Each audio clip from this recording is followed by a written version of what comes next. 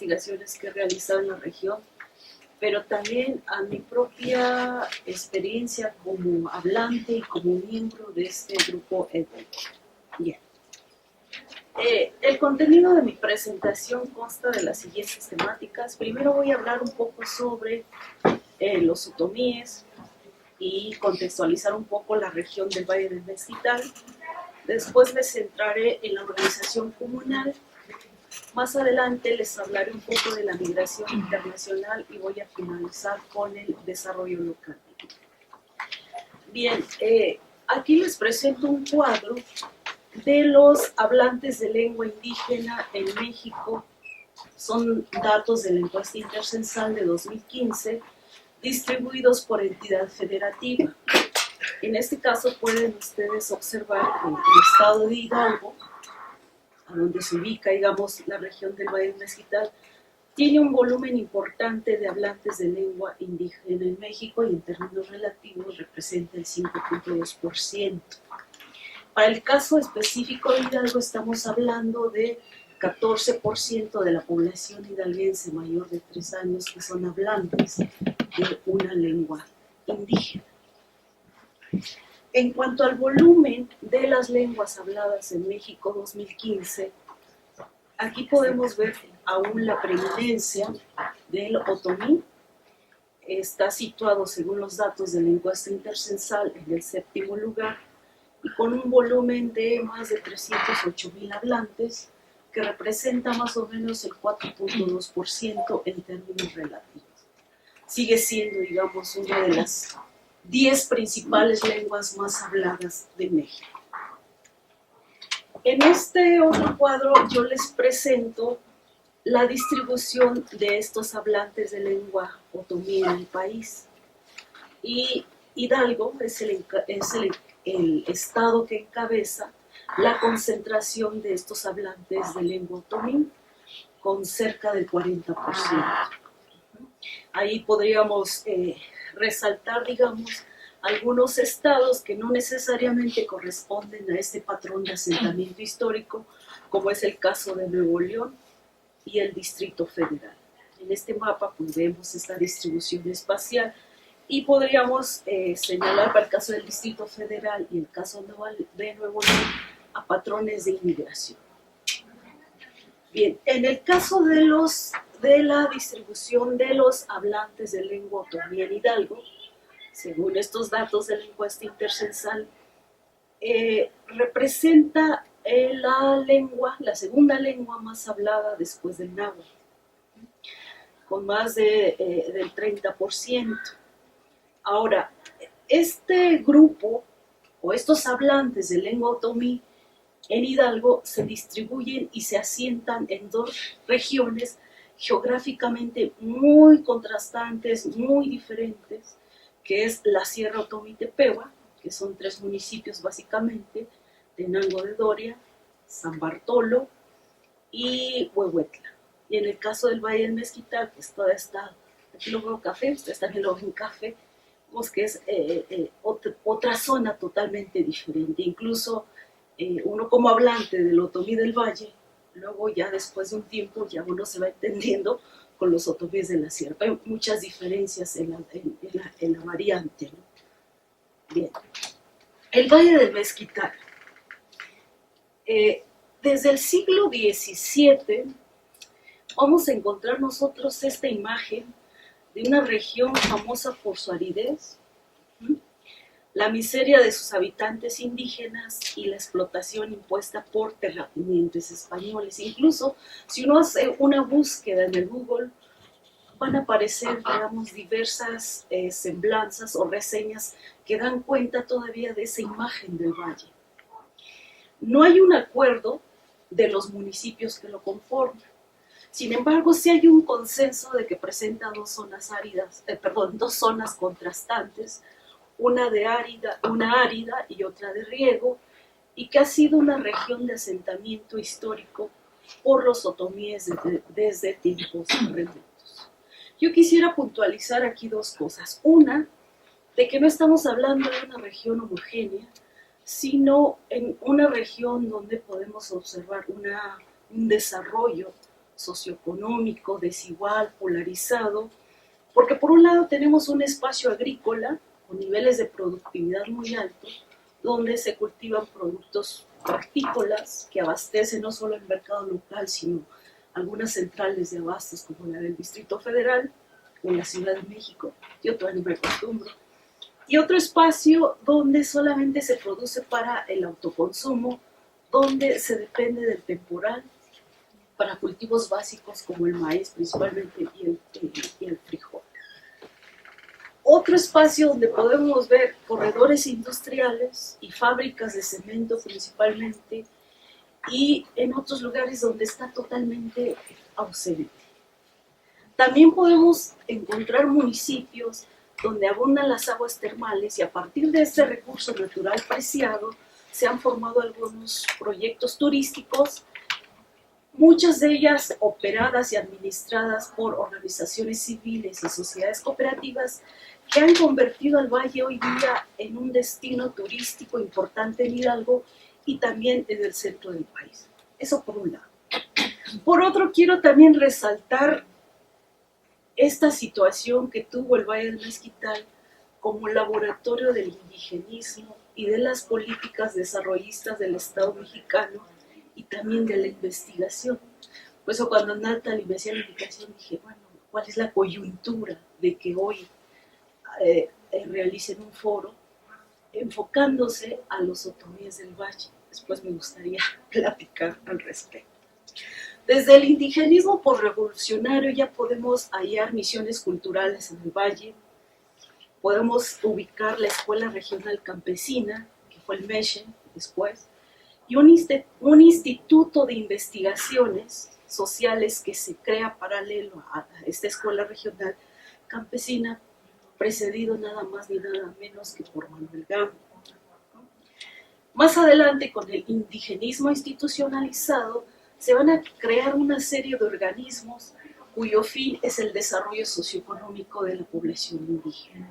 Primero se llamó Procuraduría de Comunidades Indígenas, después le llamaron Comité Intersecretarial, después Comité Coordinador, que más adelante se va a cristalizar en esta agencia que fue el Patrimonio Indígena del Valle del Mezquital y que tuvo una vigencia más o menos de 4 décadas, entre 1952 a 1991. Este organismo será el encargado de operar las políticas desarrollistas y el contexto de su surgimiento es que muestran al Valle como esa región pobre, donde hay muerte por desnutrición y por hambre, y esto se hace como mucha publicidad a nivel nacional, porque uno revisa, por ejemplo, el Excelsior de ese tiempo y aparecían reportajes especiales que hacían énfasis en eso, ¿no? También se crean algunas instituciones como fue, aparte de la Escuela Regional Campesina, el internado Fray Bartolomé de las Casas, que estuvo ubicada en una localidad que se llama Los Remedios, y desde entonces Otón de Mendizábal va a tener una comisión de investigación desde el ISUNAM, desde 1936 hasta 1980. Eso la hace diferente a otras regiones indígenas de Hidalgo, como la Huasteca o como la propia Sierra Otomitepehuac, donde están, digamos, nuestros otros hermanos otomíes. Bien. Después de eso quisiera centrarme ahora a la comunidad otomí.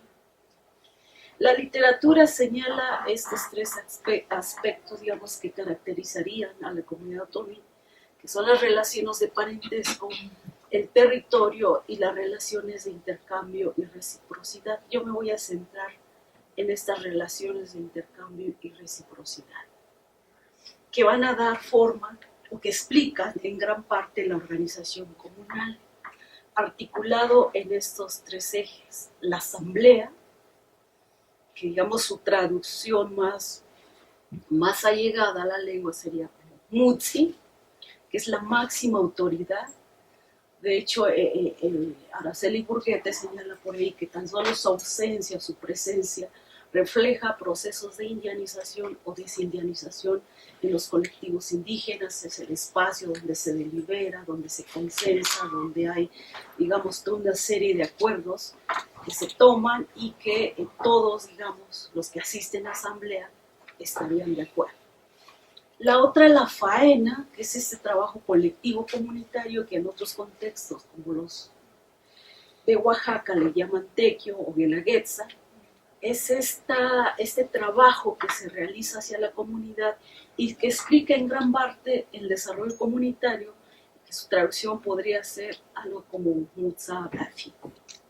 Y el otro, el sistema de cargos, también lo podemos ver en otros grupos indígenas de México. Se conjuga, digamos, los aspectos civil y religioso, y que para el caso, digamos, de la autoridad civil de los otomíes del Valle del Mezquital, el de máxima jerarquía, sería el Nzaya o el delegado. Esta figura de delegado está reconocida por la ley orgánica municipal, y si bien los presidentes municipales se eligen a través del sistema de partidos políticos, los delegados no necesariamente es así, sino que se eligen a través del sistema de usos y costumbres. Todos ellos son como que tres espacios a que pueden acceder los denominados ciudadanos comunitarios. La ciudadanía es una apropiación del Estado mexicano, pero en las comunidades rurales e indígenas es un sentido socialmente construido de membresía, diría Fox y Rivera, y es esta pertenencia a mi comunidad. Ahora, ¿qué me hace a mí ser ciudadano o ciudadano de la comunidad? Primero, parentesco, que yo haya nacido en ese espacio y que tenga yo alguna propiedad, o que pueda ser también jefe o jefa de familia. Como ciudadano o ciudadana tengo derechos, como voz y voto en la asamblea, el ejercicio de un cargo, el que yo pueda disponer de algunos servicios básicos como el agua, luz, y que tengan lugar en el panteón comunitario. Alguna de mis obligaciones sería hacer mi faena y también realizar o aportar en algún momento algunas cooperaciones, ya sea en especie o económicas. Bien, ahora, esta ciudadanía está tan sistematizada que los nzayas o los delegados saben exactamente quiénes son ciudadanos y quiénes no son ciudadanos de la comunidad, y están tan tabuladas todas sus participaciones en las famosas listas de los ciudadanos. Y más adelante les voy a hablar cómo esta lista y esta pertenencia tiene sus cambios a través de la migración. También esta ciudadanía en algunas ocasiones se empalma o se cruza con la tenencia de la tierra que existe, digamos, en ese espacio, como puede ser el sistema ejidal o el sistema comunal. En ocasiones la asamblea comunal o la asamblea de ejidatarios coexiste con la asamblea comunitaria, y en ocasiones son los ejidatarios o los comuneros los que, digamos, llevan toda la relación o toda la sistematización de la organización comunitaria. Hay una coexistencia a veces con esas figuras. Una de las traducciones, digamos, de la ciudadanía, en el caso de Otomí del Valle, sería como Mengu. No existe tal cual, ¿no? Pero como que yo soy de aquí, o pertenezco aquí. Ahora, les voy a hablar un poco sobre el proceso migratorio, porque digamos que según las cifras de todas las regiones de Hidalgo, el Valle del Mezquital se caracteriza por ser hoy día la principal expulsora de población hacia Estados Unidos. Entre 1930 y 1980, pese a que existía el programa Bracero, este convenio que hace el gobierno mexicano con el estadounidense, y a pesar de que también hay contratos temporales, no hay mucha participación de los oriundos del Valle en estos programas. Y sí hubo migración, pero se trató de casos muy aislados y tampoco tuvo mayores repercusiones en la organización comunitaria, incluso se interrumpe. La migración más fuerte era la que se daba de manera interna, del Valle a la Ciudad de México, Guadalajara, Monterrey. A finales de los 80, la migración internacional se vuelve una opción más frecuente. Y esto lo podemos explicar por el efecto de las políticas neoliberales que se empiezan a implementar y el desempleo a las ciudades donde tradicionalmente se migraba de manera interna. Desde nuestra perspectiva también podemos sumar el cierre del patrimonio indígena del Valle del Mezquital, esta agencia que daba empleo y que de alguna forma tenía opciones de desarrollo para la población.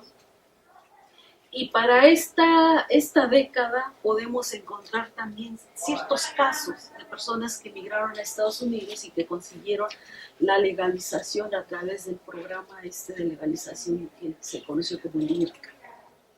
Para 1990, 2000, 2010, la migración internacional será más visible y de mayor impacto y se va a caracterizar sobre todo por su carácter indocumentado, va a implicar a más varones situados en las edades más productivas y van a emigrar a estados no tradicionales, donde digamos la población mexicana no acostumbraba a llegar ahí, como va a ser el sur. Florida principalmente, en segundo lugar Las Vegas, Nevada y en tercer lugar Houston, Texas. Para entonces ya el Consejo Nacional de Población había emitido su publicación sobre las intensidades migratorias tanto en el año 2000 como en el 2010. Para el 2010 va a situar a Hidalgo como de alta intensidad migratoria y la va a situar en el quinto lugar después de los estados estos tradicionales de migración como Zacatecas, como Michoacán. Y también en un trabajo que realizamos otro colega y yo, nosotros solo nos enfocamos a los hablantes de lengua indígena y para el 2010, después de Oaxaca, Hidalgo era el que expulsaba más hablantes de lengua indígena hacia Estados Unidos. Este es un mapa y ustedes pueden ver ahí de las intensidades migratorias y la mayoría de los municipios que tienen muy altas intensidades migratorias en el año 2000 pues se localizan justamente en el Valle del Mezquital. Si bien se ha extendido en otros municipios, pero sigue concentrada en esta región. Ahora, esta migración se va a distinguir por su carácter étnico y este va a ser una peculiaridad de la migración indígena internacional en México a partir de los 90, porque se van a sumar otros grupos que tradicionalmente no emigraban de manera internacional, como van a ser los de Chiapas, los de Veracruz y los de Yucatán. El hecho de que tengan este carácter étnico, pues hay impacto en las comunidades de origen porque estamos hablando de la salida de ciudadanos potenciales, ciudadanos comunitarios potenciales.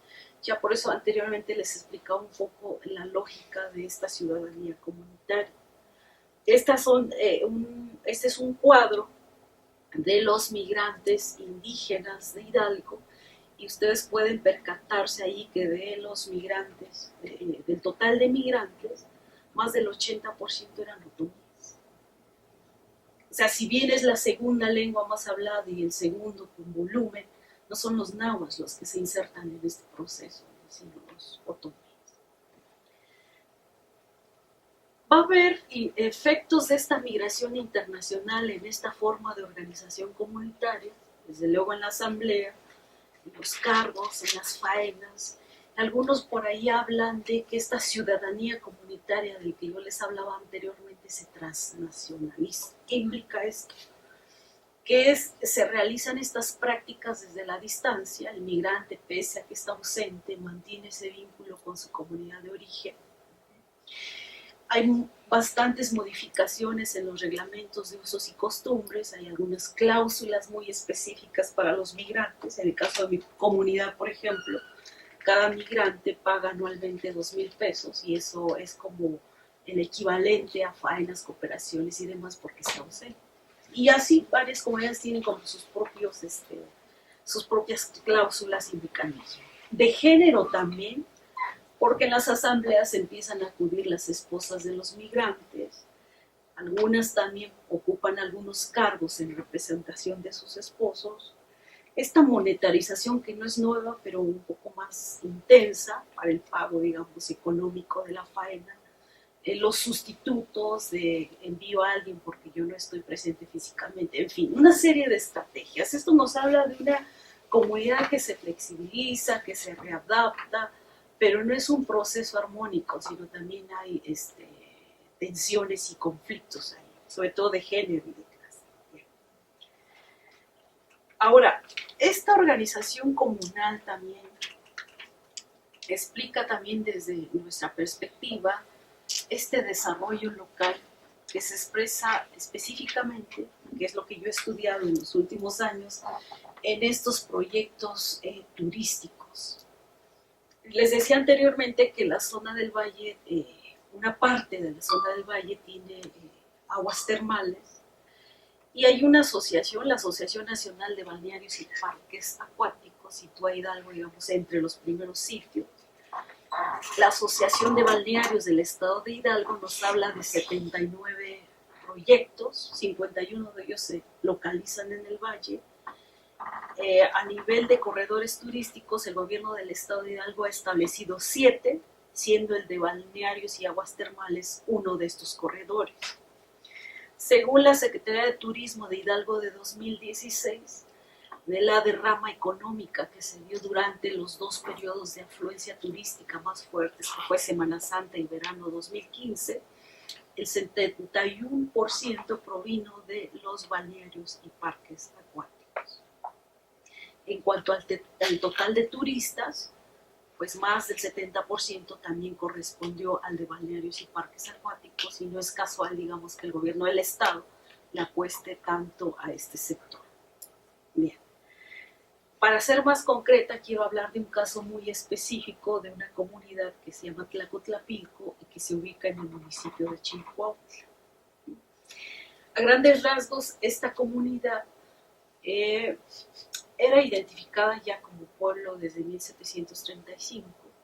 Según datos censales de 2010, tiene 6 manzanas, más de 1.300 habitantes, donde 44.2% son hablantes de lengua indígena.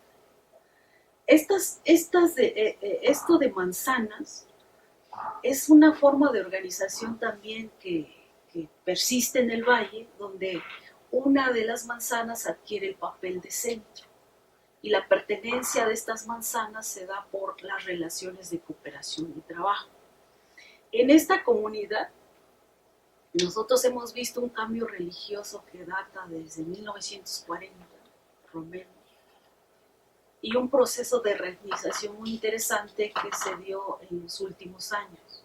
Pese a este cambio religioso, la ciudadanía comunitaria sigue vigente, digamos. El delegado, independientemente de su filiación religiosa, tiene ciertas funciones. Una de ellas es organizar la fiesta patronal, y lo hace, pese a que profesa otra religión. Y el proceso de relignización es que la comunidad decide en asamblea nombrar a sus calles, caminos y avenidas en lengua otomí. Y hubo todo un debate.